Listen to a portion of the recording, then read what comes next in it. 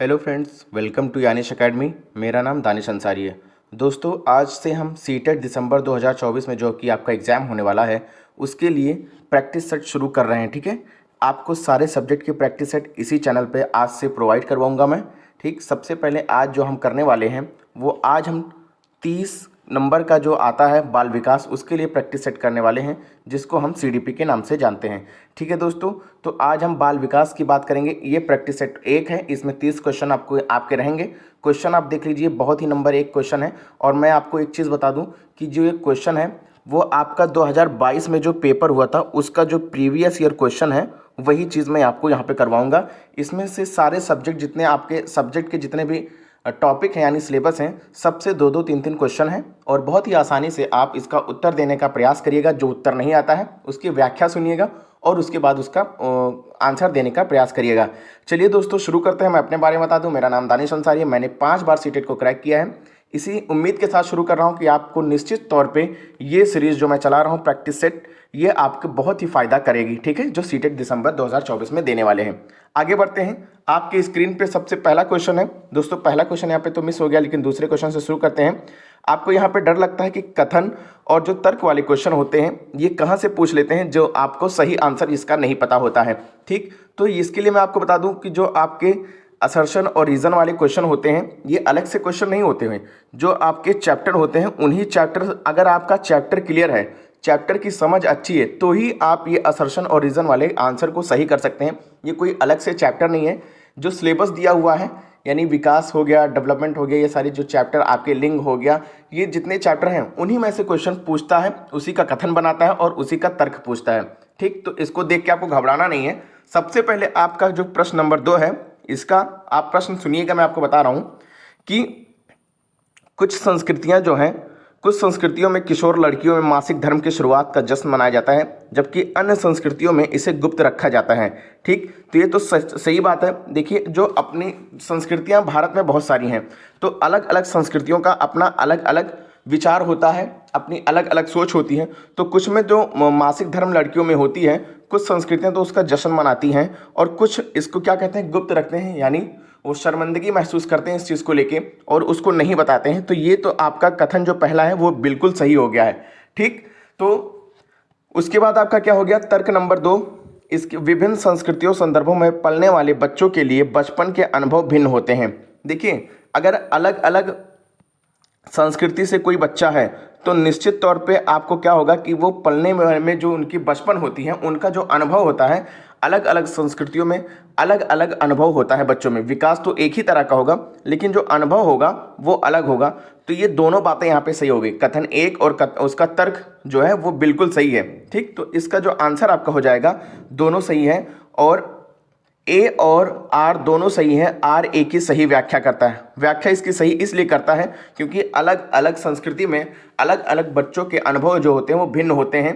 ठीक, और जो आपका ऊपर वाला है ये भी आपका एकदम सही हो जाएगा। तो ऑप्शन नंबर 1 यहाँ पे सही हो जाएगा। चलिए क्वेश्चन नंबर 3 की बात करेंगे। यहाँ पे आपके सामने क्वेश्चन है, इसको पढ़िएगा। देखिए, एक मिनट। आनुवांशिकता और सामाजिक सांस्कृतिक वातावरण के बीच निरंतर और जटिल प्रक्रिया से कौन सा विकास प्रभावित होता है। ठीक, यानी आनुवांशिकता और सामाजिक संस्कृति, जो आनुवांशिक होता है आपका हेरिडिटी होता है और जो इन्वायरमेंट होता है, जो हमारा विकास होता है, इनका गुणनफल होता है। इतनी चीज़ें आपको क्लियर हुई होगी। ये बहुत बेसिक चीज़ें ये जानते होंगे कि जो हेरिडिटी होती है और इन्वायरमेंट होता है, जो हमारा डेवलपमेंट होता है, इनके गुणनफल से ही बनता है। ठीक, तो वही चीज़ यहाँ क्वेश्चन आपको बताया है कि आनुवांशिकता और सामाजिक सांस्कृतिक वातावरण के बीच निरंतर और जटिल प्रक्रिया से कौन सा विकास प्रभावित होता है। इससे आनुवांशिक से और सामाजिक से कौन सा विकास आपका प्रभावित होगा। तो केवल संज्ञानात्मक विकास प्रभावित होगा या केवल सामाजिक विकास प्रभावित होगा, या दोनों संज्ञानात्मक और सामाजिक विकास प्रभावित होंगे, या फिर शारीरिक, संज्ञानात्मक तथा सामाजिक विकास। देखिए, विकास तो 3 प्रकार के होते हैं जो बच्चों में होते हैं। एक आपका सामाजिक होता है, एक संज्ञानात्मक होता है और एक सामाजिक होता है और एक शारीरिक होता है। ठीक, ये तीन ही विकास होते हैं। ठीक, अगर ये ऑप्शन में नहीं होता तो ऑप्शन नंबर 3 को हम सही कर सकते थे कि संज्ञानात्मक और सामाजिक विकास आपका यहाँ पे सही आंसर हो जाएगा, जो कि आनुवांशिकता और सामाजिक सांस्कृतिक वातावरण के बीच निरंतर और जटिल प्रक्रिया से कौन सा विकास प्रभावित होता है। तो ये दोनों होते हैं। लेकिन आपका यहाँ पे ये देखिएगा ऑप्शन नंबर 4 की बात करेंगे, इसमें आपका तीनों जो विकास है उसके बारे में बात किया गया है। तो सबसे एप्रोप्रिएट आंसर जो आपका हो जाएगा ऑप्शन नंबर 4 हो जाएगा कि शारीरिक, संज्ञानात्मक तथा सामाजिक विकास तीनों ही निरंतर चलते हैं। आनुवांशिकता और सामाजिक वातावरण के बीच जो निरंतर संबंध होता है उससे होगा। ठीक, तो ऑप्शन नंबर 4 आपका सही आंसर हो जाएगा। चलिए क्वेश्चन नंबर 4 की बात करेंगे। ये देखिए, यहाँ से आपका बनता है, देखिए एक प्राथमिक सामाजिकरण होता है और एक द्वितीयक सामाजिकरण होता है। आपको मैं समझाने का यहाँ पे प्रयास करूँगा। जो प्राथमिक सामाजिकरण होता है उसमें या सबसे पहले तो पड़ोस नहीं आएगा, यानी परिवार आएगा। ठीक, सबसे पहले परिवार आएगा, उसके बाद इसमें पड़ोस आएगा, आसपास के जो वातावरण हैं वो आएंगे। ये आपका प्राथमिक सामाजिकरण होता है। इसके बाद आपका द्वितीयक सामाजिकरण होता है। द्वितीयक सामाजिकरण यानी सेकंड वाली की बात करेंगे, इसमें विद्यालय आते हैं, विद्यालय आएंगे। उसके बाद इसमें स्कूल आए, मतलब विद्यालय यानी स्कूल हो ही गया। बैंक हो गया, बैंक आएंगे। आपका मार्केट हो गया, मार्केट आएंगे। ये आपके द्वितीय में आते हैं। ठीक, तो अब आप सही तरीके से इसका आंसर देने का प्रयास करिएगा। पहले तो इसमें प्राथमिक सामाजिकरण की बात किया है तो ऑप्शन से जाइए। परिवार हो गया, ये प्राथमिक में आता है। पड़ोस जो होता है ये भी प्राथमिक में आता है। तो प्राथमिक सामाजिकरण की संस्था कौन सा? परिवार तो सही है, देखते हैं। जबकि द्वितीय सामाजिकरण का कारक है पड़ोस। अगर पड़ोस को हम द्वितीय सामाजिकरण मानेंगे, नहीं, ये तो हमारा पहले में ही आता है, तो ये आपका आंसर नहीं होगा। उसके बाद परिवार दूसरा नंबर यहाँ देखिएगा, ये सही आपका हो जाएगा। कि देखिए पहला तो प्राथमिक सामाजिकरण की अगर बात करेंगे तो प्राथमिक में आपका परिवार तो हो ही जाएगा और द्वितीय में आपका किताब हो जाएगा। ठीक, जो बुक है वो आपका किताब सामाजिकरण का ये द्वितीय कारण हो जाएगा। ठीक है, अब स्कूल की बात करेंगे। स्कूल क्या होता है? ये तो द्वितीय होता है। धर्म भी आपका द्वितीय होता है। स्कूल और समकक्षी जो होते हैं, स्कूल द्वितीय हो जाएगा, समकक्षी भी आपका द्वितीय हो जाएगा। तो इसका जो सही आंसर हो जाएगा वो आपका ऑप्शन नंबर 2 यानी परिवार और किताब आपका यहाँ पे सही हो जाएगा। चलिए आगे बढ़ जाते हैं। क्वेश्चन नंबर 5 की बात करेंगे। यहाँ पे देखिए, जीन पियाजे के अनुसार शिक्षक के सबसे महत्वपूर्ण गुण क्या हैं? ये क्वेश्चन आप इसको पढ़िए और इसके बाद इसका आंसर देने का प्रयास करिएगा। देखिए इसका ऑप्शन नंबर 1 है, जीन पियाजे के बारे में पूछा है। अनियमितता और निरंकुशता, ठीक, या आधिकारिकता और कठोरता, या प्रभुत्व और निर्देश, या लचीलापन और गतिशील हो जाएगा। ठीक, तो देखिए जो जीन पियाजे हैं ये रचनावाद हैं। कौन से हैं? ये रचनावाद के हैं। जो जीन पियाजे हैं ये रचनावादी हैं। तो रचनावादी के हिसाब से ही ऑप्शन आपको यहाँ पे लगाना है। देखिए निरंकुशता की तो बात बिल्कुल भी नहीं करेंगे, क्योंकि ये कहते हैं कि बच्चे जो हैं वो एक नन्हा वैज्ञानिक इन्होंने कहा है, और ये निरंकुशता तो बिल्कुल भी इनका आंसर नहीं होगा, क्योंकि बच्चे करके सीखते हैं। अब ये हो जाएगा आधिकारिकता और कठोरता। कठोरता की बात बिल्कुल भी नहीं किए हैं, तो ये भी गलत हो जाएगा ऑप्शन। प्रभुत्व और निर्देश, ठीक, निर्देश की बात है। और या फिर ऑप्शन नंबर 4 है लचीला और गतिशीलता। तो आपका जो सही आंसर हो जाएगा वो आपका ऑप्शन नंबर 4 से हो जाएगा, क्योंकि ये गतिशील की बात करते हैं, रचना की बात करते हैं, और लचीलापन यानी पाठ्यक्रम में लचीलापन की बात कौन करता है? तो ये आपका जीन पियाजे ही करते हैं। तो ऑप्शन नंबर जो 5 है उसका ऑप्शन नंबर 4 सही हो जाएगा। चलिए आगे बढ़ते हैं। उम्मीद करता हूं दोस्तों समझ में आ रहा होगा। ठीक, आगे बढ़ जाते हैं। देखिए क्वेश्चन नंबर 6 की बात करेंगे। पढ़िएगा क्वेश्चन कि संज्ञानात्मक विकास के किस चरण में एक बच्ची यह तर्क कर पाती है? इसका आप सही आंसर बताइए कि जो संज्ञानात्मक विकास होता है ये बच्ची ये चरण है, एक बच्ची यह तर्क कर पाती है। देखिए ये रीजनिंग से रिलेटेड क्वेश्चन आपका हो जाएगा कि सभी टॉफ़ी मीठी होती हैं। ठीक, तो इसका देखिए जो ये सभी टॉफ़ी हो गई, ये क्या होती हैं? ये सभी मीठी होती हैं, यानी स्वीट होती हैं, इसलिए यह कैंडी मीठी होती है। तो जो कैंडी हो जाएगी वो भी आपकी मीठी हो जाएगी। ठीक, तो ये बच्चा किस में सीखता है? संवेदी चालक अवस्था में या सेंसरी मोटर में, जो कि आपका जन्म से लेकर 2 वर्ष तक होता है, या पूर्व संक्रियात्मक जो 2 वर्ष से 7 वर्ष तक होता है, या मूर्त संक्रियात्मक अवस्था। ये भी जीन पियाजे से ही क्वेश्चन है दोस्तों। या मूर्त संक्रियात्मक अवस्था। मूर्त संक्रियात्मक अवस्था की अगर बात करेंगे तो ये कितने साल के होते हैं? तो ये आपके होते हैं 7 से लेकर 11 वर्ष के बीच में जो बच्चे आते हैं मूर्त संक्रियात्मक। और अमूर्त की बात करेंगे तो इसमें बच्चा अमूर्त संक्रियात्मक अवस्थाओं के बारे में चिंतन करना शुरू कर देता है, तो ये आपका हो जाएगा इसमें अमूर्त। तो जो ये सभी टॉफ़ी मीठी हैं या कैंडी एक टॉफ़ी है, ये जो आपकी शुरुआत होती है ऑप्शन नंबर 3 यानी मूर्त संक्रियात्मक अवस्थाओं में शुरुआत होती है, तो इसका ऑप्शन नंबर 3 आपका सही हो जाएगा। चलिए आगे बढ़ जाते हैं। क्वेश्चन नंबर 6, इसके बाद क्वेश्चन नंबर 7 आपके सामने आ गया। इसको बात करेंगे इस पर कि किसने प्रस्तावित किया कि संस्कृति उपकरण संज्ञानात्मक विकास में महत्वपूर्ण भूमिका निभाती हैं। ठीक, देखिए जहां पे भी अगर लेव वाइगोत्स्की की बात करेंगे, इसका ऑप्शन नंबर सही हो जाएगा ए। अब देखिए कैसे ये सही होगा, कहीं पे भी अगर आपको देखने को मिल जाता है, सांस्कृतिक देखने को मिल जाता है, या फिर सामाजिक देखने को मिल जाता है, या फिर सांस्कृतिक, एक मिनट दोस्तों, या फिर जो सांस्कृतिक हो जाएगा, ये संज्ञानात्मक विकास, सांस्कृतिक संज्ञानात्मक विकास की बात कौन करता है, तो आपका ऑप्शन नंबर एक लेव वाइगोत्स्की की बात करेंगे। ठीक, जीन पियाजे और बीएफ स्किनर, लॉरेंस कोहलबर्ग के बारे में आगे हम बात करेंगे। फिलहाल आप ये ध्यान रखिएगा, जहां पे समाज की बात होगी, ठीक, जहां पे भी समाज की बात होगी और जहां पे आपकी संस्कृति की बात होगी, जहां पे संस्कृति की बात होगी वहां पे आप लेव वाइगोत्स्की आंख बंद करके लगा दीजिएगा। ठीक, समाज, संस्कृति, ये कहीं भी आपको देखने को मिलता है तो आपका वो आंसर लेव वाइगोत्स्की हो जाएगा। चलिए क्वेश्चन नंबर 8 की बात कर लेते हैं। अब इसका आंसर आप दीजिएगा कि लेव वाइगोत्स्की के सिद्धांत के अनुसार बच्चों के सीखने के लिए क्या महत्वपूर्ण है। क्या इनाम महत्वपूर्ण है? इनाम तो कौन बताता है, तो बीएफ स्किनर बताते हैं। सजा से बचाव के लिए ये भी बीएफ स्किनर बताते हैं, या फिर ये थॉर्नडाइक बताते हैं। सामाजिक अंतःक्रिया, मैंने क्या कहा था, लेव वाइगोत्स्की जहां होंगे, जहां जहां समाज होगा वहां वहां लेव वाइगोत्स्की होंगे। देखिए सामाजिक अंतःक्रिया की बात आ गई। सामाजिक अंतःक्रिया की बात कौन करता है, तो सामाजिक अंतःक्रिया की बात लेव वाइगोत्स्की करते हैं। तो ऑप्शन नंबर सी आपका यानी 3 यहाँ पे सही हो जाएगा। अनुबंध की बात कौन करता है, तो अनुबंध की बात कौन करता है, इसको भी देख लीजिए, तो ये स्किनर साहब करते हैं। कौन करते हैं, ये स्किनर साहब करते हैं। चलिए आगे बढ़ जाते हैं और क्वेश्चन नंबर 9 की बात करेंगे। इसका आंसर दीजिएगा आप लोग कि एक प्रगतिशील कक्षा में क्या होता है, बच्चों की भागीदारी न्यूनतम होती है। अगर प्रगतिशील शिक्षा अगर आपको बच्चों को देनी है तो वहाँ पे क्या ज़रूरी है, ऑप्शन पढ़ेंगे और वहीं से आप अपना आंसर देंगे। यहाँ देखिएगा पहला कि बच्चों की भागीदारी न्यूनतम है। अगर प्रगतिशील बच्चा है तो उसमें बच्चा खुद करके सीखेगा। इतनी चीज़ें आप ध्यान में रखिएगा कि करके वो सीखेगा, खुद बच्चा करके सीखेगा, ये आपका हो जाएगा प्रगतिशील बच्चा। बच्चा उसमें क्या होगा, एक्टिव होगा, बच्चा एक्टिव होगा, बच्चा उसमें कुछ ना कुछ कार्य करता रहेगा। तो उसकी भागीदारी न्यूनतम कैसे हम कर सकते हैं, तो ये आपका गलत हो जाएगा, ऑप्शन नंबर 1 गलत हो जाएगा। बच्चे पाठ्य पुस्तक में दिए गए तथ्य को याद करते हैं। याद करना एक नेगेटिव वर्ड है, मैंने टैग वर्ड 10 मिनट में करवाया है, वो चैनल पे जाके देख सकते हैं, उससे भी एलिमिनेट कर सकते हैं। याद करना नेगेटिव है, तो प्रगतिशील कक्षा में बिल्कुल भी याद करने वाला ऑप्शन गलत हो जाएगा, ये भी आपका गलत हो जाएगा। बच्चे व्यक्तिगत और समूह दोनों में काम करते हैं, या फिर बच्चों का मूल्यांकन पेपर पेंसिल टेस्ट के जरिए ही किया जाता है, ये भी मैंने ऑप्शन नंबर 4 आपको बताया है, ये भी टैग वर्ड से जा सकते हैं। ये नेगेटिव है कि पेपर पेंसिल टेस्ट आपको बिल्कुल भी नहीं करवाना है, ये ऑप्शन भी गलत हो जाएगा। बचा आपका सिर्फ और सिर्फ एक ही आंसर जो कि सही हो जाएगा कि बच्चे व्यक्तिगत और समूह दोनों में काम करते हैं। बच्चे यहाँ पे देखिए भागीदारी का यहाँ पे कार्य कर रहे हैं, ठीक, इंडिविजुअली तरीके से ग्रुप में कार्य कर रहे हैं, तो बच्चे निश्चित तौर पे एक प्रगतिशील तरीके से यहाँ सीख रहे हैं कक्षा में। तो ये एक प्रगतिशील कक्षा के अगर उदाहरण देखेंगे तो ऑप्शन नंबर 3 आपका सही हो जाएगा। चलिए आगे बढ़ जाते हैं।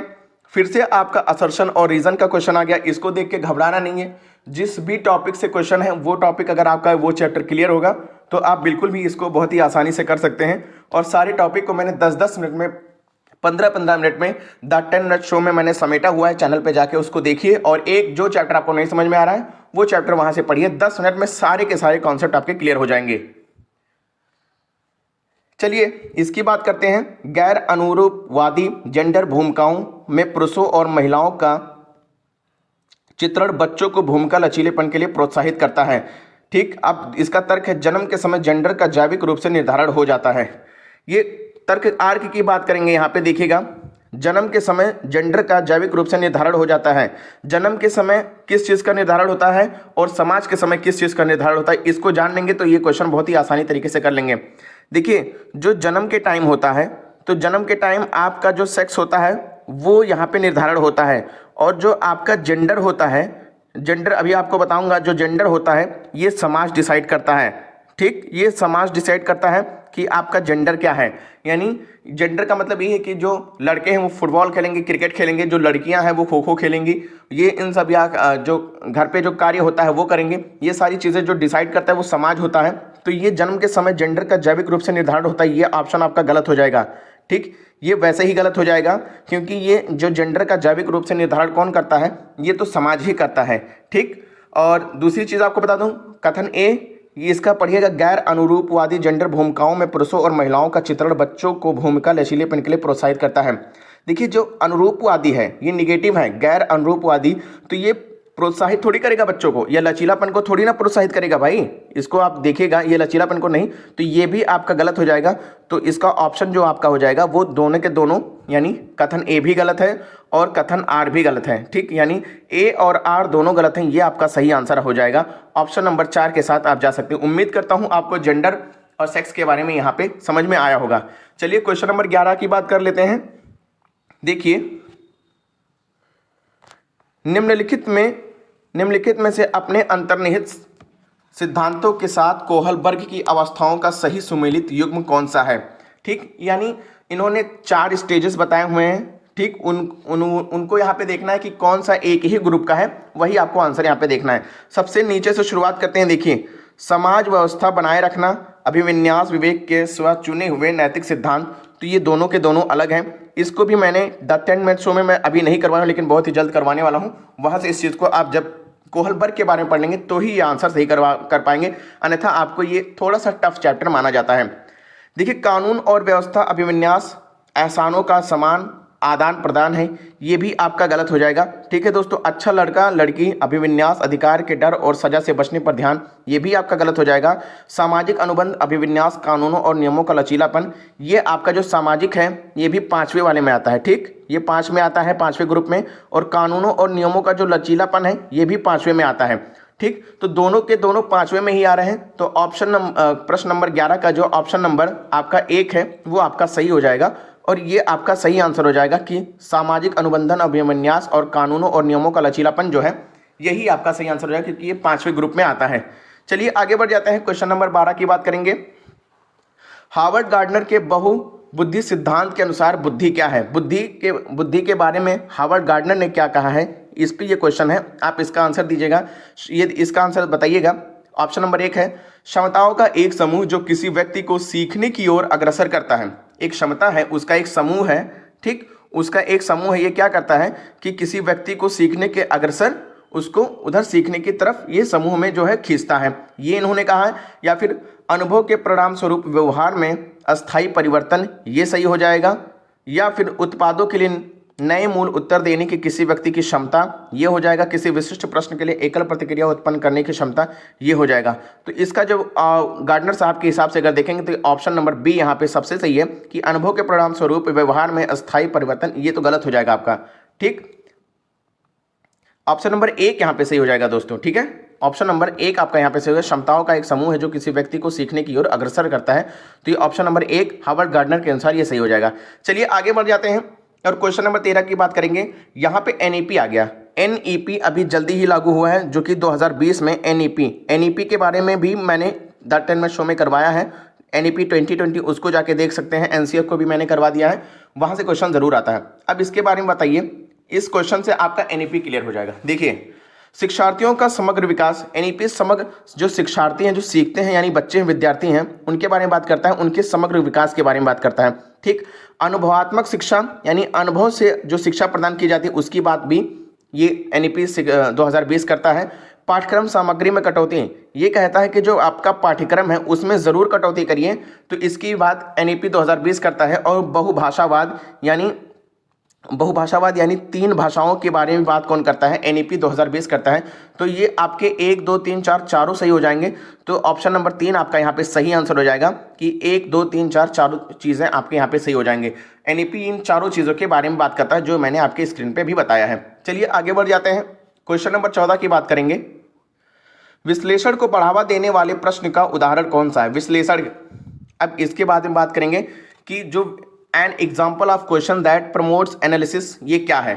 देखिए, शिक्षा का अधिकार कानून कब पारित किया गया था। ये देखिए, विश्लेषण में क्या होता है, विश्लेषण में एक ही प्रश्न के कई सारे उत्तर होते हैं, यानी व्याख्या, अगर किसी क्वेश्चन का आंसर हम व्याख्या के रूप में अगर दे लें तो वो हमारा विश्लेषण हो जाएगा। चलिए अब इसको मैं अच्छे से समझा पाऊंगा और उम्मीद करता हूं आप भी समझने का यहाँ पे प्रयास करेंगे। देखिए, शिक्षा का अधिकार कानून कब पारित किया गया, तो इसका शिक्षा का अधिकार जो है वो 2009 में इसको पारित किया गया था। एक ही आंसर इसका हो गया, यानी एक प्रश्न के कई सारे आंसर होंगे, वही आपका विश्लेषण होगा, और एक प्रश्न के एक ही आंसर होगा। ये बंद यानी क्लोज एंडेड क्वेश्चन हो गया। तो और ये इसको क्या कहते हैं, ये ओपन एंडेड क्वेश्चन कहते हैं विश्लेषण को। तो ये क्लोज एंडेड में एक ही आंसर होगा, और जो विश्लेषण में होगा उसमें कई सारे आंसर आपको देखने को मिल सकते हैं। ठीक, तो एक इसका तो एक ही आंसर होगा कि शिक्षा का अधिकार कब पारित किया गया था, 2009। इसके अलावा कोई आंसर नहीं हो सकता है।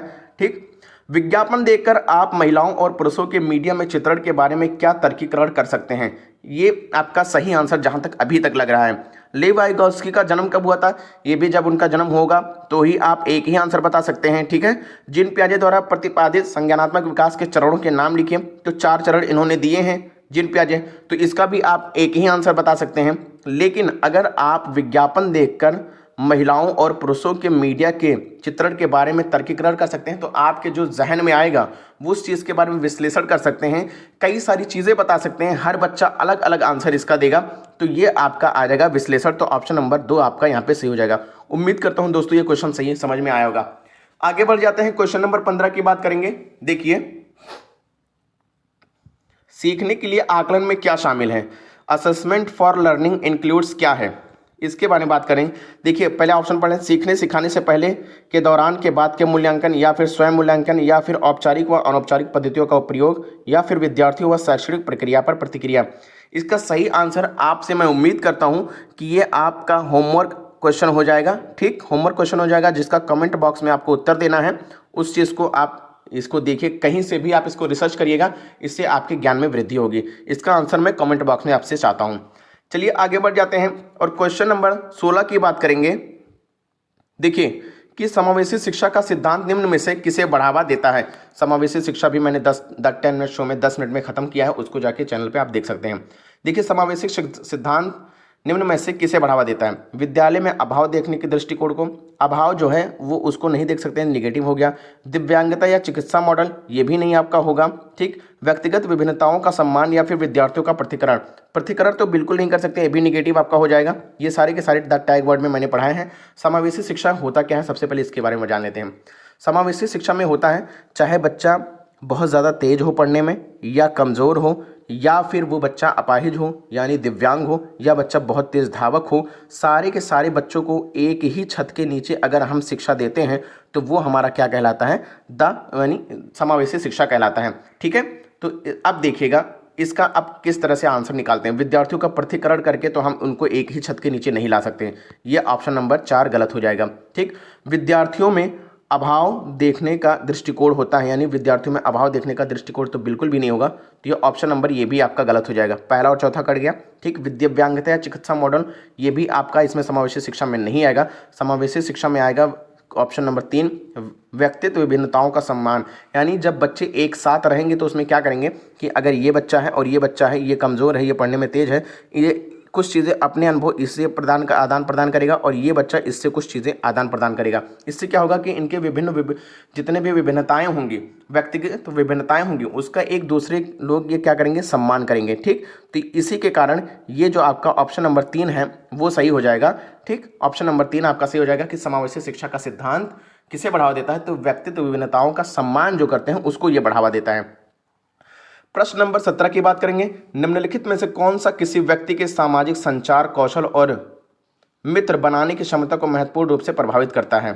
ठीक, सबसे पहले आप इसको सीखिएगा। स्वलीनता क्या होता है, जो बच्चा अपने में स्वलीन होता है उसको ऑटिज्म कहते हैं, स्वलीनता कहते हैं। लेखन वैकल्य क्या है, यानी डिस्ग्राफिया, इसको भी मैंने द टेन शो में करवाया है। अब देखिएगा, लेखन वैकल्य, जो बच्चा लिखने में असमर्थ है, उसको कोई प्रॉब्लम हो रही है, वो लेखन वैकल्य हो गया।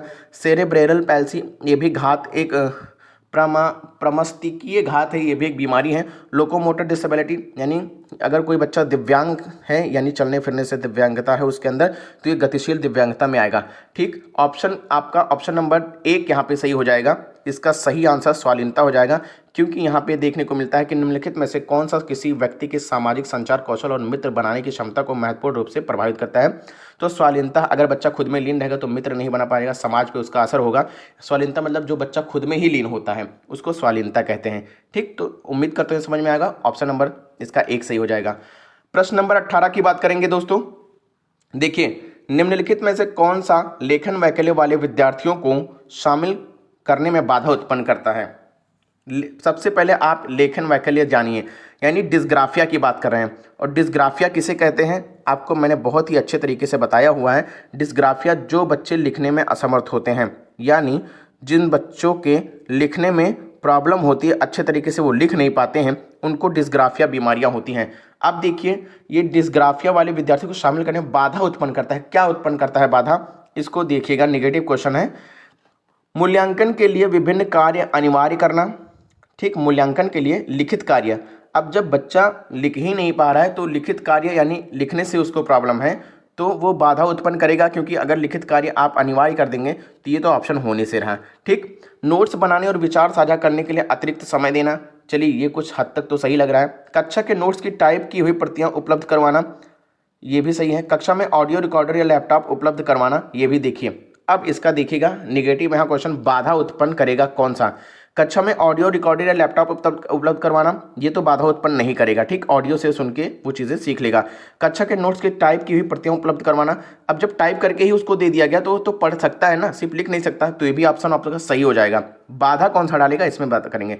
नोट्स बनाने और विचार साझा करने के लिए अतिरिक्त समय देना, अब जब लिखने में उसको असमर्थता है तो उसको बाकी बच्चों से अगर हम ज़्यादा समय दे देंगे तो भी आप उसके लिए एक पॉजिटिव वर्क कर रहे हैं, तो ये भी आपका ऑप्शन नंबर 2, 3, 4 सही हो गया।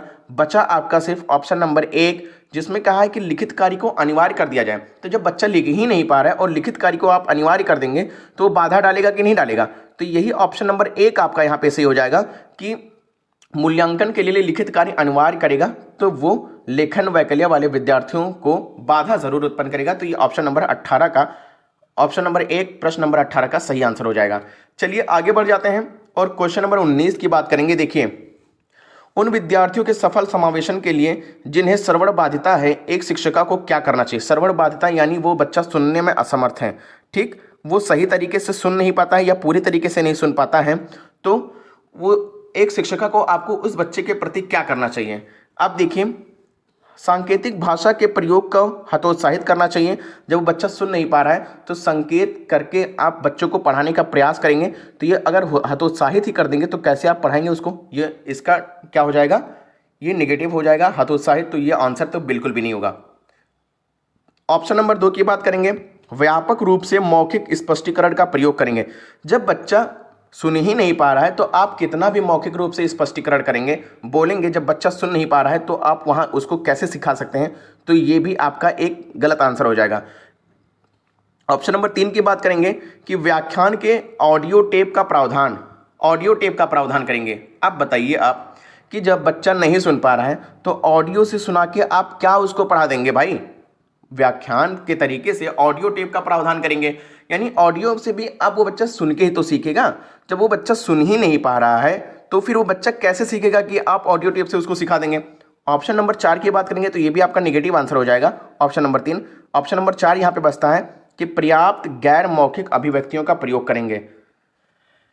बिल्कुल सही बात है कि पर्याप्त गैर मौखिक अभिव्यक्तियों का यहाँ पे प्रयोग करेंगे, है ना, समझ रहे ना इस क्वेश्चन का आंसर, यानी पर्याप्त गैर मौखिक अभिव्यक्तियों का प्रयोग करेंगे। यानी गैर मौखिक यानी वो बोलने वाली चीजें नहीं होंगी, आप जो यानी उसको देखकर सिखा सकते हैं या सांकेतिक रूप से सिखा सकते हैं। तो ये बिल्कुल एक शिक्षिका को आपको यही करना चाहिए कि उस बच्चों को जो मौखिक रूप से अभिव्यक्ति बिल्कुल भी नहीं करेंगे, जो गैर मौखिक है उससे अभिव्यक्त करेंगे, उससे बच्चों को सिखाएंगे। तो ऑप्शन नंबर 4 ही इसका प्रश्न नंबर 19 का सही आंसर हो जाएगा। चलिए आगे बढ़ जाते हैं और क्वेश्चन नंबर 20 की यहाँ पे बात करेंगे। इसको मैं बहुत अच्छे तरीके से आपको समझाने की कोशिश करूंगा, इस क्वेश्चन को जरूर देखिएगा आप, क्योंकि यहाँ से भी आपके क्वेश्चन बनने के चांसेस हैं। देखिए, निम्नलिखित में से कौन सा विकल्प दी गई विशिष्ट अधिगम वरीयता वाले विद्यार्थियों के समावेशन हेतु यथोचित संयोजन रणनीति का सही युग्म है। अब देखिए, ऑडिटरी यानी श्रवणात्मक होता है, श्रवणात्मक होता है, ये सुनने से संबंधित है श्रवणात्मक, ठीक, यानी बच्चे अगर सुनेंगे तो वो हो जाएगा सुनने योग्य। अब लिखित कार्य के आधार पर मूल्यांकन, अब जब बच्चे यहाँ सुनने की बात हो रही है तो आप लिखित वाला कैसे ऑप्शन इसको सही कर सकते हैं, तो ये मिलान तो एकदम बिल्कुल से गलत हो गया, ठीक। अब दृश्यात्मक यानी दिखाने वाली चीजें हैं, यानी विजुअल वाली चीजें हैं, वो आपका दृश्यात्मक में आता है, ठीक। मुख्य रूप से उसमें व्याख्यान के माध्यम से वितरित विषय वस्तु है। अब किसी चीज को दिखाना है और आप इसको व्याख्यात्मक रूप से यानी मौखिक रूप से जोड़ रहे हैं, तो इसका ये नेगेटिव निगेटिव आंसर हो जाएगा। तो ये दृश्यात्मक का आप यहाँ व्याख्यान के साथ नहीं जोड़ सकते हैं, ये भी आपका गलत आंसर हो जाएगा। ठीक, गति संवेदी की बात कर लें, काइनेस्थेटिक की बात कर लेंगे, ये निष्क्रिय सुनने की अपेक्षा करें, ये भी आपका गलत हो जाएगा। अब देखिए स्पर्शनीय यानी छूकर अगर किसी चीज़ को सीखा जाता है, यानी उसको हम क्या कहते हैं, अधिगम के लिए हाथों द्वारा करके अनुभव, उसको यानी हाथ से अगर किसी चीज़ को छू के आप सीखेंगे तो आपका स्पर्शनीय या फिर टेक्टाइल में हो जाएगा। तो ऑप्शन नंबर 4 इसका सही आंसर हो जाएगा, यही इसका सही सुमेलित आंसर हो जाएगा। उम्मीद करता हूं दोस्तों प्रैक्टिस सेट आपको समझ में आया होगा। अगर प्रैक्टिस सेट समझ में आया तो ऐसे ही बाकी सब्जेक्ट की भी मैं प्रैक्टिस सेट लेके आने वाला हूँ। डेली आपकी क्लासेस इसी द यानिश अकेडमी पे होती है, वहाँ से आप सारी चीज़ों को सीख सकते हैं। अब देखिए द 10 मिनट शो मैं चलवा रहा हूँ। ठीक, इसमें मैंने 10-10 मिनट में सारी चीज़ें बताया। सबसे पहले तो मैं सीटेट की रणनीति को बताया हूँ, ठीक, पहले चैप्टर में। दूसरे चैप्टर में टैग वर्ड बता दिया। टैग वर्ड अगर आप कर लेंगे तो इसमें पॉजिटिव और नेगेटिव टैग वर्ड होते हैं, उससे आप कई सारे क्वेश्चन तो टैग वर्ड से मैंने इसी प्रैक्टिस सेट में दिखाया कि किस तरह एलिमिनेट कर सकते हैं ऑप्शन को। ये बहुत ही ज़रूरी है। यानी द 10 मिनट शो में क्या करवाता हूँ मैं कि एक टॉपिक उठाता हूँ और इस टॉपिक से जितने भी हो सकते हैं चीज़ों को मैं उसको कॉन्सेप्ट को समझाने की कोशिश करता हूं और फिर क्या करता हूं, उनसे इंपॉर्टेंट क्वेश्चन को भी मैं यहां पे प्रोवाइड करवाता हूं। तो एक और ये सारी की सारी चीज़ें, सबसे बड़ी चीज़ है कि 10 मिनट में ही खत्म हो जाती हैं। ठीक, आपको कॉन्सेप्ट मिल गया, उससे संबंधित प्रश्न भी आप कर लिए, यानी बहुत ही अच्छी तरीके से आप खत्म कर। यानी शिक्षण वीडियो को द 10 मिनट शो में मैंने करवाया है, तो शिक्षण वीडियो से संबंधित जितने भी मैंने हैं वो सारे के सारे कॉन्सेप्ट भी मैंने करवा दिए और उससे जितने भी प्रश्न थे उसको भी मैंने करवा दिए। तो आपका एक चैप्टर खत्म हो गया, वो भी कितने टाइम में। सारे सब्जेक्ट के मैं सिर्फ और सिर्फ 10 मिनट लेता हूं। कितने? सिर्फ और सिर्फ 10 मिनट। 10 मिनट में करता क्या हूं कि सारे सब्जेक्ट के जितने भी इंपॉर्टेंट टॉपिक हैं उसको मैं प्रयास कर रहा हूं कि खत्म हो जाए। इससे क्या होगा, आप यकीन मानिए दोस्तों, अगर मैंने ऐसे 30 क्लासेस भी ले लिए, दो क्वेश्चन आपको फंस गया वहाँ से, तो 60 नंबर तो आप ऐसे आसानी तरीके से कर लेंगे। उसके बाद मैं यहाँ पे प्रैक्टिस सेट भी करवा रहा हूँ। प्रैक्टिस सेट आप आराम से करिए, ठीक, प्रैक्टिस सेट करिए और वहाँ से आप बहुत ही अच्छे तरीके से क्वेश्चन को करने का, टैकल करने के तरीकाओं को मैं बताऊंगा, उस चीज़ को आप वहाँ सीखने का प्रयास करिए। उम्मीद करता हूँ दोस्तों वीडियो पसंद आई होगी। ऐसे ही तमाम वीडियो को जो सीटेट के लिए दिसंबर 2024 के लिए मैंने सीरीज चलाई है, चैनल पे जाकर सब्सक्राइब कर सकते हैं और वहाँ से अपनी तैयारी को मजबूत कर सकते हैं। डेली इसी चैनल पे क्लास होगी, प्रैक्टिस सेट होगा। मिलते हैं अगले क्लास में एक नए प्रैक्टिस सेट के साथ या फिर द 10 मिनट शो के साथ, और तब तक अपना ख्याल रखिएगा दोस्तों, अच्छे से अपनी तैयारी करिए। जय हिंद, नमस्कार।